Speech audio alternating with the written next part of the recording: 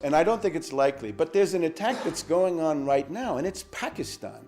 Pakistan is another Muslim country with 160 million people, and they have nuclear weapons, and they have the means to deliver them. Now, back last summer in Chicago, there was a debate among the Democratic candidates, and Obama came out and said, I want to have the unilateral US bombing of northwest Pakistan. Mrs. Clinton said, no, you don't want to do that. McCain said no. Even Bush said no. And now the US is doing what Obama demanded. The US is bombing northwest Pakistan. And indeed, the US and NATO troops and the Afghan troops are preparing to invade Pakistan across the Afghan border. Now, why are they doing that?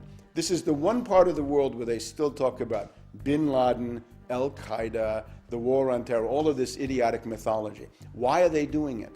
They want to destroy the Pakistani central government. You probably saw the statement the other night from the Prime Minister of Pakistan, Gilani. He says, our national honor and sovereignty does not allow foreign troops to come into our country. And he's absolutely right.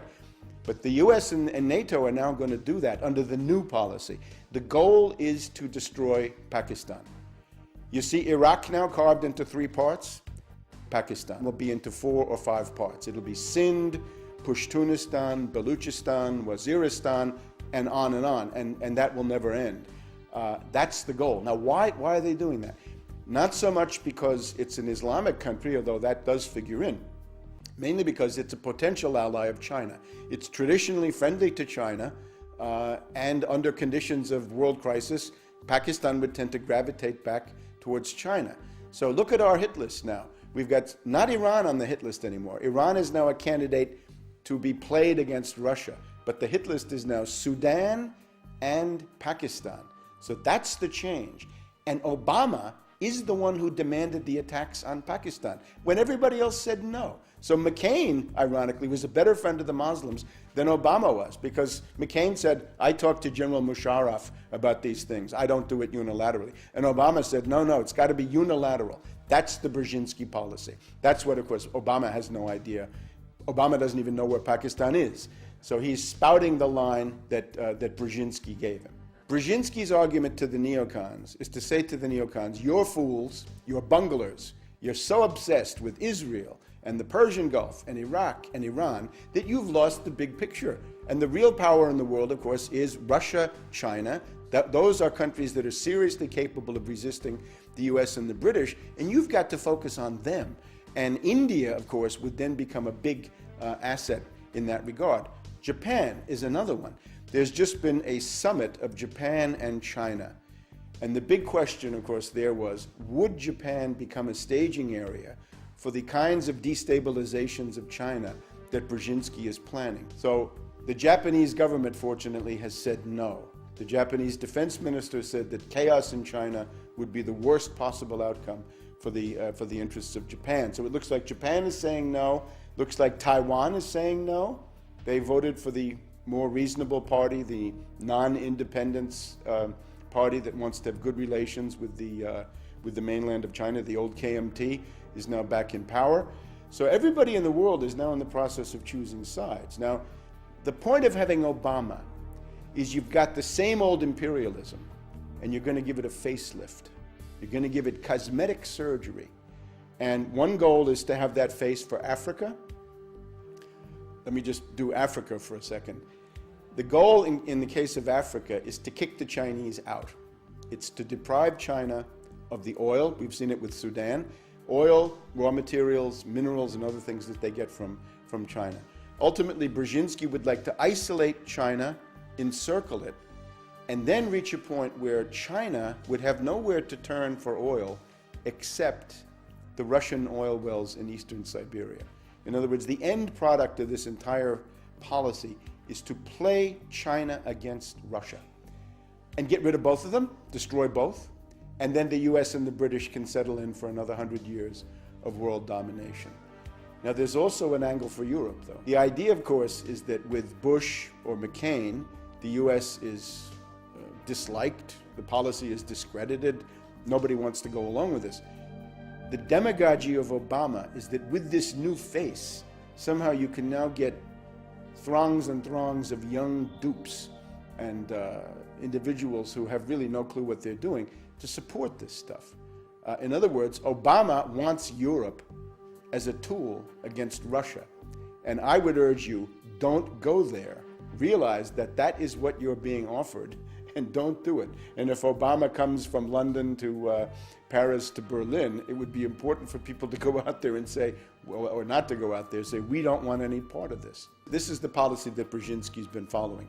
NATO expansion, far beyond the lines that were agreed on back in 1990 and 1991. You may remember there was an agreement that said the US would not even go into East Germany. And now we're all the way to Lithuania and Georgia and Ukraine and all these places. Now, what we're headed into is a Polish missile crisis. You had the Cuban Missile Crisis in 1962. That was bad enough. The Polish missile crisis is going to be worse because there are elements in Poland, there are elements in the Czech Republic. There's even an element in Lithuania. There's a forward tentacle of that system in Lithuania, right on Russia's doorstep. What is the goal of that? It is the ability to have a first strike, surprise attack, to destroy the Russian nuclear deterrent on the ground, and then the second strike launched by the Russians can somehow be suppressed by these missiles in Poland. So it is a step towards World War III.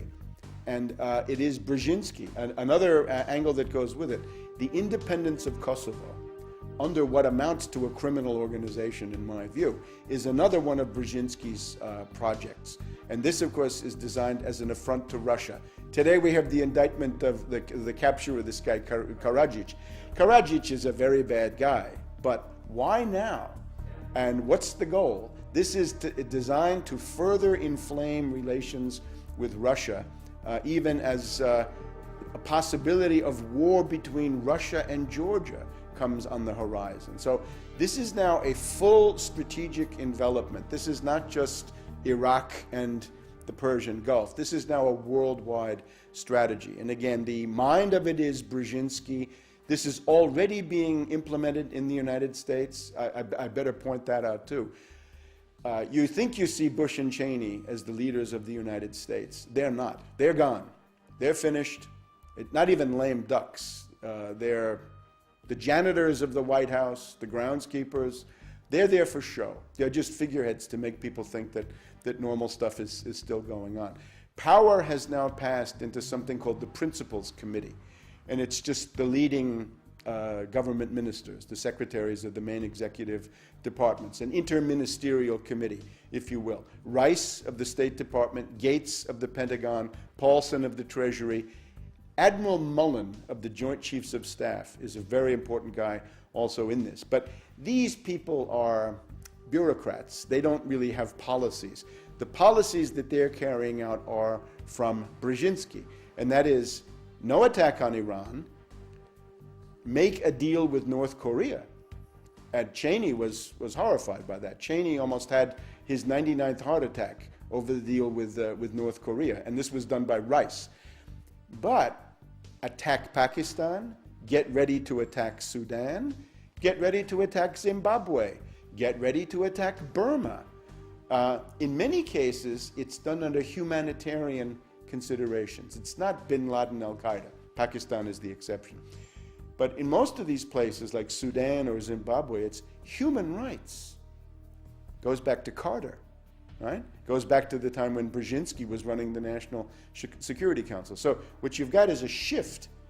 Instead of having imperialism with right-wing slogans, you've got imperialism with left-wing slogans. But the content is either the same or, I would argue, worse, because the neocons had one benefit. They picked on relatively defenseless states. In other words, everybody knew there was no way that Iraq could strike the United States directly. It's not even easy to see how Iran could strike the US directly. But when you get to Russia and China, that looks very different, doesn't it? Because now there are intercontinental ballistic missiles and H-bombs, and they can defend themselves, and they will. So the neocon game is over, but you can see that at least they had some limits to their insanity, whereas with Brzezinski, the insanity is essentially unlimited.